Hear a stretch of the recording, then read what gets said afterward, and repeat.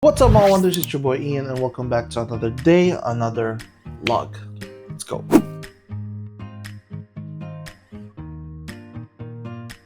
So on today's video mga ka-wonders, meron lang tayong topic na pag-uusapan which is about marriage. And gusto ko lang i-take din yung opportunity na to na ibahagi sa inyo experience ko about marriages kasi I was married before, about 2 years, sa mga hindi nakakal. And gusto ko lang din ipamahagi sa mga bagong kasal o ikakasal pa lang. Para lang po, ito po ay personal experience lamang or personal kong opinion. So na wala pong magalit. Kasi may kanya-kanya po tayong opinion about sa mga experiences natin. Kaya ako siguro na pag-isipan to dahil may mga kaibigan na rin ako kinakasal, may kakasal pa lang. And gusto ko kung mapanood man nila ito, may ma-adapt sila sa upcoming chapter of their life. So number one advice na mabibigay ko is honest communication. Honest communication dahil sino bang ayaw ng pagiging honest sa partner nila?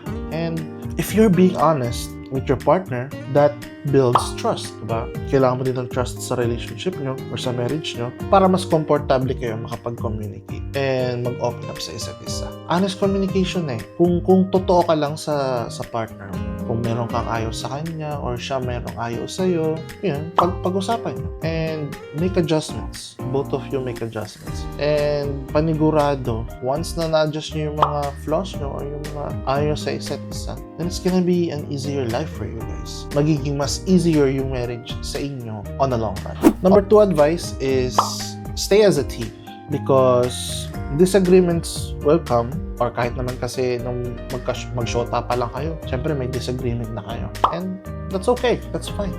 Even on marriage, magkaka-disagreement kayo. Yun nga lang, mas malaki ang problema. Since kasi, siguro, nagsasama na kayo, bumukod na kayo, you have your own bills, you have your own finances, and there's gonna be always disagreements on those parts. Tayo lang, always approach them as partners. Hindi yung parang magtuturoan pa kayo, hindi naman kayo nagpakasal para maging magkaaway, diba?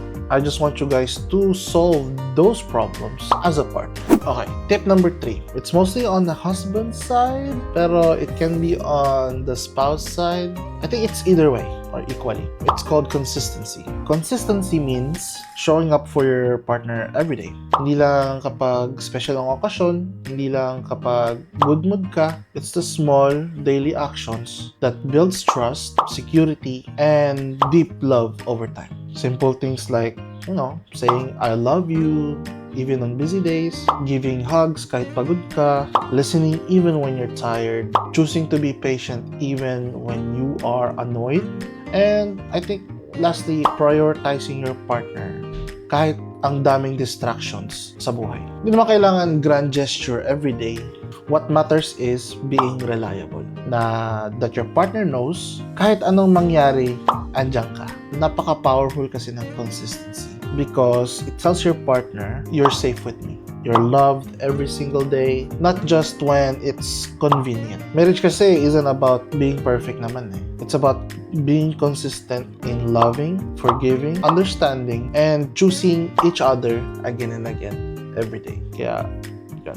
Number 4 tips or advice bigay ko is you need to set healthy boundaries between your friends and family. Hindi ibig sabihin nito na puputulin mo sila or magiging disrespectful ka. Ang ibig sabihin ng boundaries is protecting your marriage first. Kasi ngayon, kayo na yung sarili nyong pamilya. Example lang ng mga healthy boundaries. Hindi lahat ng away or problema nyong mag-asawa is kailangan lahat alam or kailangan ikwento sa iba. Pangalawa, hindi porket may opinion sila, kailangan sundin agad. May mga desisyon kayong dalawa lang dapat ang nag-uusap at nagdesisyon. Siyempre, mahal natin ang family at friends natin. Pero at the end of the day, ang loyalty mo ngayon, nasa asawa mo na. Kayo ang dapat magkaisa. Boundaries are not about rejecting people.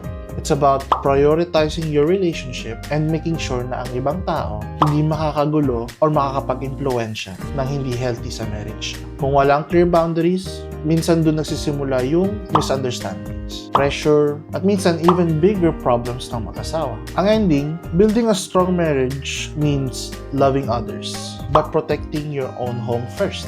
Gets?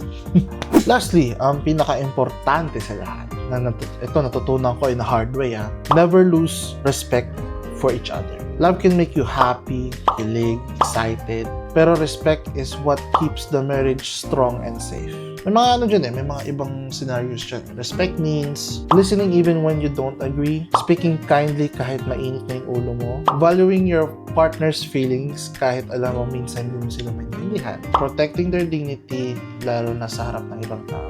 And lastly, supporting their growth kahit may sarili kang goals. Minsan kasi, ang problema, hindi naman nawawala yung love. Nawawala yung respeto. Kaya kahit mahal mo pa yung tao, kapag hindi mo na sila nire-respeto, ang hirap bumuo ulit. Respect is shown in the small daily choices. Paano ka magsalita, paano ka makinig, paano mo tratuhin yung asawa mo kahit walang nakating. At kapag may respeto pa rin sa hirap, kahit sa away, kahit sa pagod, doon tumatagal ang pagmamahal. Kaya, sabi ko lang, love can make you start, but respect is what makes you stay.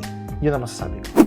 So, that's my 5 tips coming out from my experience, mga ka-wonders, no? And, masabi ko lang, at the end of the day, marriage isn't just about love and happiness. It's about choosing to be consistent, setting healthy boundaries, and showing respect kahit kailan, kahit mahirap, or kahit hindi perfect. Kasi sa totoo lang, love can start a marriage, pero communication, consistency, boundaries, and respect, yan ang magpapatibay at magpapalalim ng pagmamahalan niyo habang tumatagal. So, to all the newlyweds or sa mga ikakasal pa lang dyan, huwag niyong hayaan mawala yung mga simpleng bagay na yan. Dahil sa huli, it's the small, everyday choices that build a lifetime of love. Thanks for watching, mga ka-wonders.